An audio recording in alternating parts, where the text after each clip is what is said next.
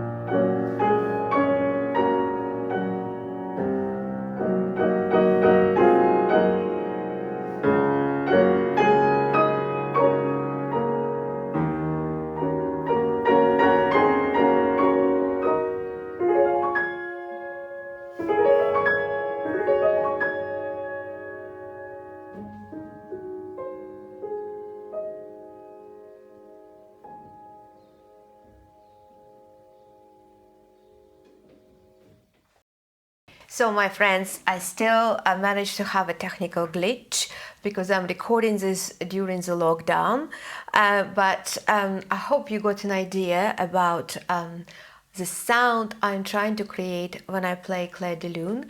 Now, how I am doing it. So first of all, if you start playing with curled fingers, the sound can be very either loud, or if you play softly, a bit dull. So I always say in the piano yoga method, I use it all the time because piano yoga is based on it, play with a duck hand position. What does it mean? You put a hand in the shape of duck, and that allows you to create that beautiful sound. So it's almost like you're playing out of the piano rather than in. And because you want to create slightly murky sound, sometimes it's good to add a little bit of left pedal because, again, it stops piano from vibrating. And another thing, of course, your fingers need to be very light, but at the same time, they cannot be floppy. And that's a problem of many beginners, not that they have floppy fingers, but their fingers are not strong enough. And the art of playing piano is to know how much strength and weight to exercise and take it away, but still keep that clarity. And in order to cultivate this, in again my piano yoga book, I developed the method where you connect your mind with different part of the fingers, and this part is called proximals. So you hold your hand and you engage proximals first for the count of 3, and you count 1, 2, 3, and then you release. And if that feels okay, then you increase for count of 4, hold for count of 5, always take a break in between. But what it does, number one, it cultivates the connection between the brain and different part of the finger. Number two, it learns us how to relax. Tension and relaxation again is a key in piano playing or playing any instrument. And number three, it allows us to create that, to cultivate the strengths and control that strength. So here, when I'm playing this, I'm trying to create the sound, I'm engaging proximals, duck fingers playing out of the piano.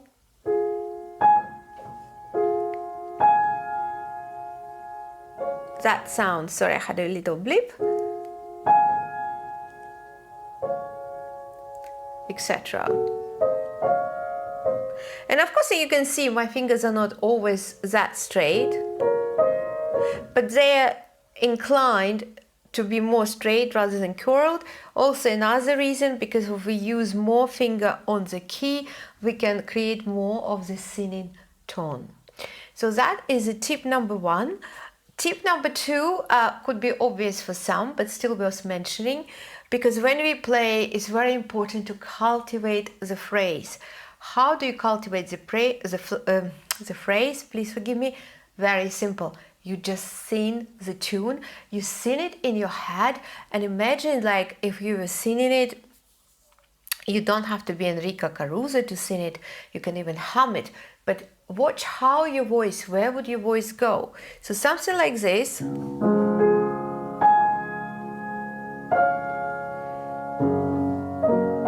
So it kind of goes to the top. So you do need to bring the top.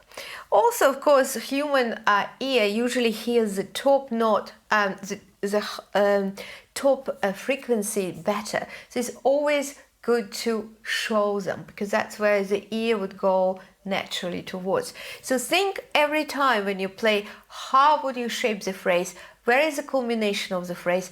How does the music go towards this culmination and how it disappears? So that's tip number two, and you can apply it to every phrase. And tip number three, I want to talk about this section.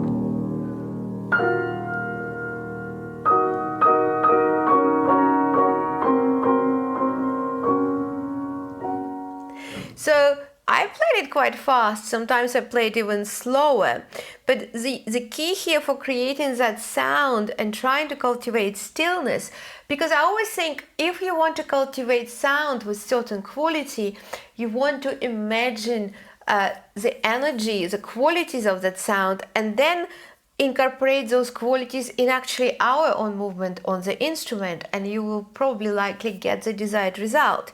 So here, if we want to be very still, we want our finger to come together with the key.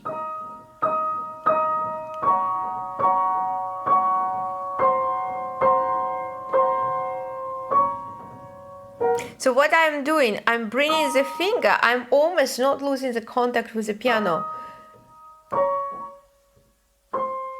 And it's quite a nice way of playing. Instead of A, it keeps it under control, but B, it gives that slightly, I call it shushed sound. You're still playing out of the keys.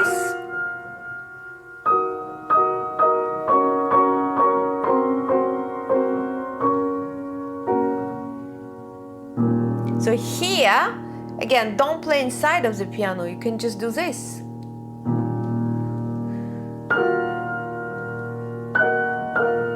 And And did you notice here, I brought up G flat because it's the highest note. They go la la la. So our voice would naturally make an accent. So that's, if you incorporate these three things, I think they would help you in building the sound and sound world of the first section of Claire de Lune. Also, when you play the thirds, for example, of course, the top melody, the top voice needs to be stronger. And if you play the chords, again, the little fingers, the top, also need to be stronger. To do that, you can do various exercises, and I'm a big advocate for exercises because, and I do myself a lot, and piano yoga, and Behrens, and Margherita Long, and Busoni, and Donani, a bit of Brahms, and many others. Why? Because I think if our fingers are strong, then when it comes to something like this, we can decide how much strength we want to give, how much strength we want to retract, and we can change it. And it can be done very, very easily. Another way you can practice it by taking each chord, and basically if the chord is F, B flat, F, you put two remaining fingers on the spare notes. So here E flat, D flat. And what you do a lovely workout of your fingers. Some people call it Leshutitsky method, some people call it someone else's method. My students call it torture method, but it actually works. So then you can go in doubles, then you can go to the whole chord. But if you're a beginner, or in any case, it's always better, just make sure you relax after each try, you don't overstress. So I hope this was helpful. If you like this video, please join me on this channel, Piano Yoga Education. If you have any questions, please do leave them underneath the video, and I will do my best to answer them in my next episode. And thank you very much for watching.